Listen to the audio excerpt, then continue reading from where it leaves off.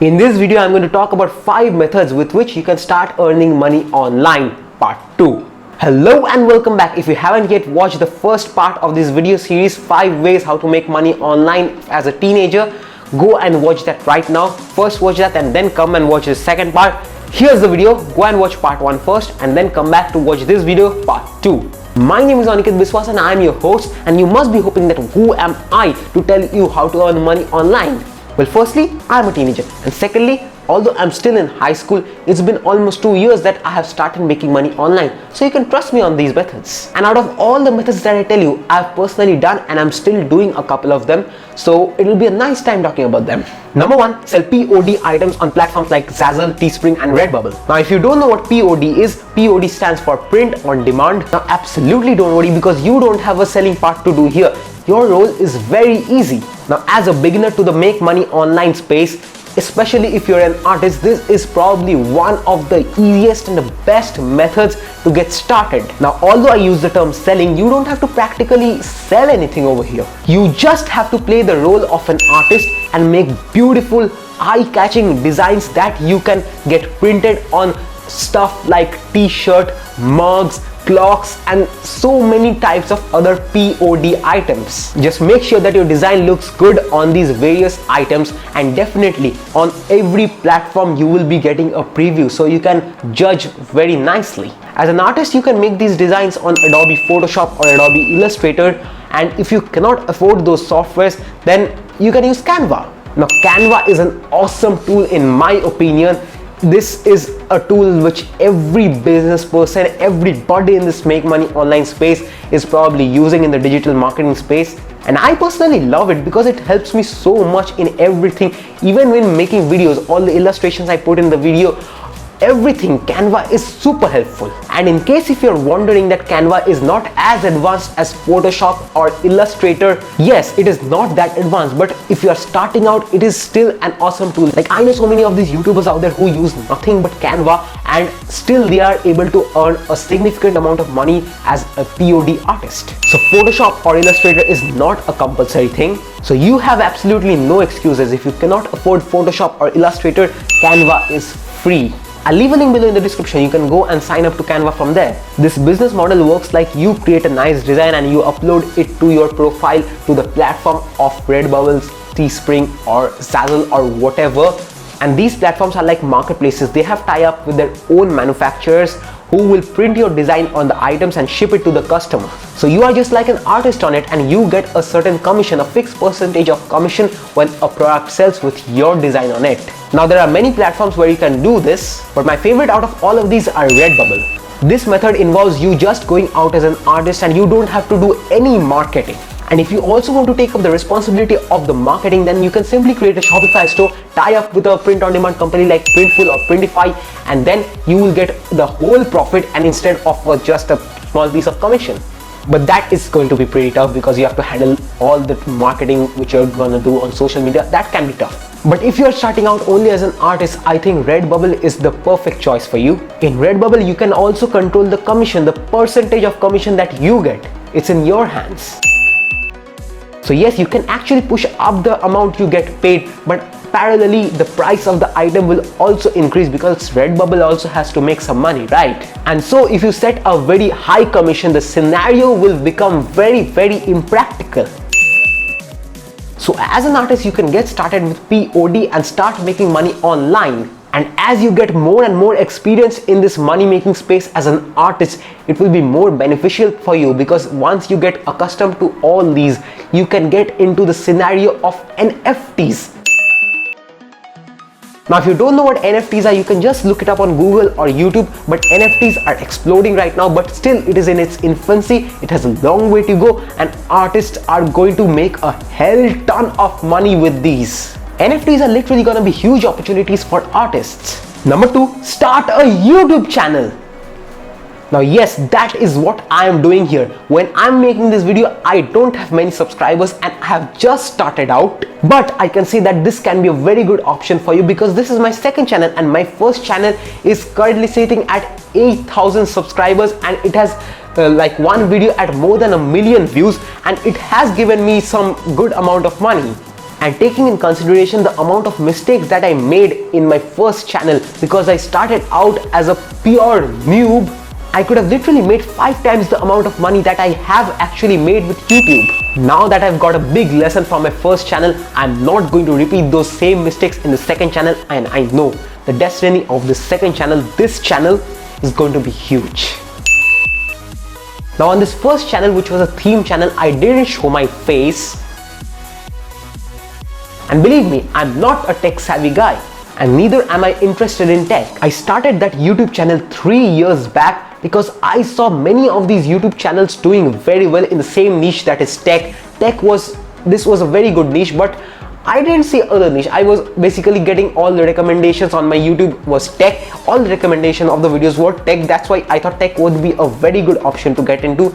But that's where I made the mistake. Don't do this mistake. Don't just see a niche which is doing well and jump into it. Always choose a niche that you are really interested in. I am really interested in this make money online space, and I am making money practically. So this is something what I can actually do. And on my previous channel, what I used to do, I used to go to other tech channels and look at the videos they were uploading. I used to take that idea and make the same video on my own.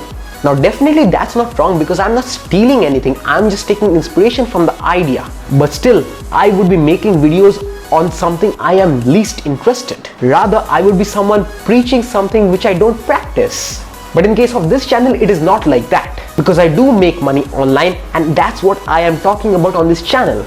And all these that I'm saying to you right now, nothing is scripted, nothing. I haven't even jotted down the points. I'm just telling everything impromptu. I just sat down and I'm storming my ideas out of my brain. Now that clearly states that I am interested in this something. So if you want to start a YouTube channel, just make videos on something you are really passionate about, and keep on consistently making content and don't stop. Now after listening to a lot of expert advice from people who have literally made millions from YouTube, I can say you should be making at least 30 to 40 videos before expecting a single of them to go viral. And if you can be like me, expecting nothing, then it will be the best thing for you. Because at this moment I don't have many subscribers on my channel, but I'm still consistently making on videos every single week. Once every single week I'm making and posting a video consistently without expecting a single thing. I really don't care about the number of likes I get on each video or the number of subscribers I have. I'm just making content. Number 3, sell away useless stuff lying around the house. Now yes, I know it is not a very good way to earn money, but it is a very practical way, because if you are right now making not a single buck, not a single penny, it can be a very nice option to start off, because for most things to make money online, you usually need some capital to start with, and this can be a very good option. Like literally see what are the things lying around the house. Carefully choose and shortlist those items which you can sell off. Take good pictures of them with very good lighting and then describe it very nicely and honestly. This thing is very important. Describe it honestly and then list it on websites where you can sell it off. For example, ebay.com. ebay.com is like international, so you can list it over there and someone locally or in your country, someone or the other will buy it. Now eBay is international, but if you're in the United States of America, then Mercari will be a very good option. Just list your items on Mercari and usually it will sell. Someone will buy it. And if you're in my country, India, eBay is still an option for you, but you also have the options of Quicker and OLX, where you can list off your items and they will sell.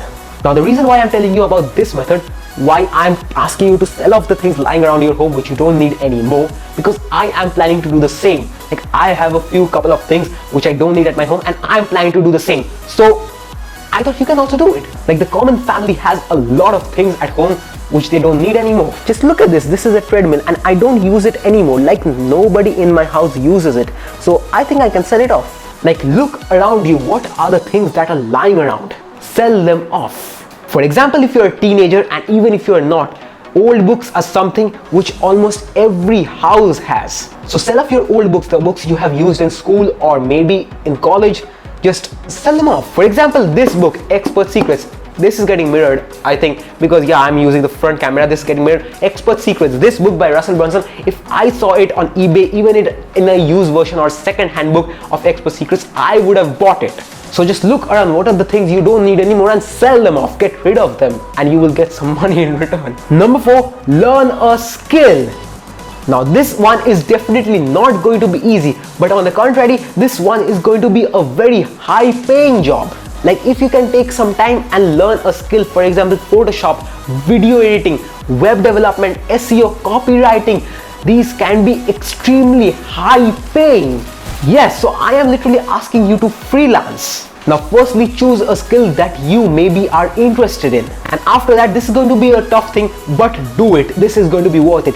Literally go and watch 20 plus hours of content non-stop in a few days. Like don't take a lot of time.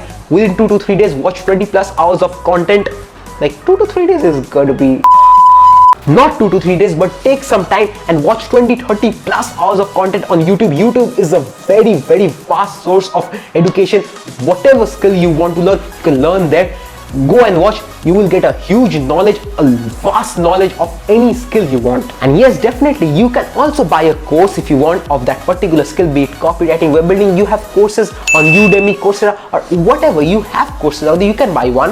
And after that, all you need is some practice. Like this is literally what I did when I wanted to learn video editing and building e-commerce sites and many other things which I do, which I still freelance. So I learned all the skills this way. So choose a skill, watch 20 plus hours of content on YouTube, start practicing. And if you cannot practice on your own, whatever the skill be, copywriting or SEO or whatever be, just go and first sign up to Fiverr. And if you have access to Upwork, be it your parents' account or any elderly, or even if you are more than 80, you will have access to Upwork, then just go and sign up to these platforms first and start getting clients. Okay, I'm recording this later, but I want to say that Fiverr is an amazing place to get started as a freelancer. So if you are not yet signed up as a seller, I'll leave a link in the description. Go through that link and sign up to Fiverr right now. Like, you know, on these platforms, you don't really have to show your work first. Yes, a few good reviews does change the game, but still, even when you have no reviews, that's where everybody starts off at a point. You are starting from scratch. You will get clients, don't worry, on these platforms. This is the best thing about it. That's why I love these platforms so much. You don't have to do much of the marketing yourself, or you don't have to spread and share your gigs. People will come to you. That's the best part. Start taking on clients from these platforms or from wherever you can, and make sure that making money shouldn't be your goal over here, because your goal should be getting a bunch of good reviews. This way, reviews are a social proof itself, they are testimonies itself, but still they can also help you as word of mouth marketing. So maybe you can work for free or maybe charge low prices. In fact, that's what I did when I started with my freelancing journey. I didn't really like lower my price. Instead, for the same price that others were charging, I provided lots of other bonuses which other freelancers on Fiverr was not providing. I started on Fiverr. So on Fiverr, not many people, I didn't find a single person who was providing as many bonuses as I was giving, which is why probably when I had 0 reviews, people still came to me. And that's probably one of the best decisions I've made. So build up some social proof, and after that you can create your own freelancing website and start taking on clients with cold outreach, cold email, and you can maybe leverage the power of LinkedIn to get clients. There are many ways you can start taking clients, and then when you have a website, your authority automatically increases and you can really charge high prices. For example, copywriters, web developers, and SEO strategists, they charge hefty amounts for their services. And literally, I'm not joking, based on your skill, you can charge hefty amounts. You can charge a lot of money. You may not believe me, but if you know something or the other about this digital marketing space, you'll know how highly paid skills these services like SEO and copywriting and web developing, these are very highly paid skills. You can learn a skill, start freelancing, and start making money. Number 5, start eBay dropshipping. Now this is again going to be one of the easiest things. If you don't know what dropshipping is a business model where a customer places an order with you and then you forward the order to your supplier who is selling the same item for a cheaper price, and the supplier will directly ship it to your customer, so you don't have to even touch the inventory, you don't have to even see the item.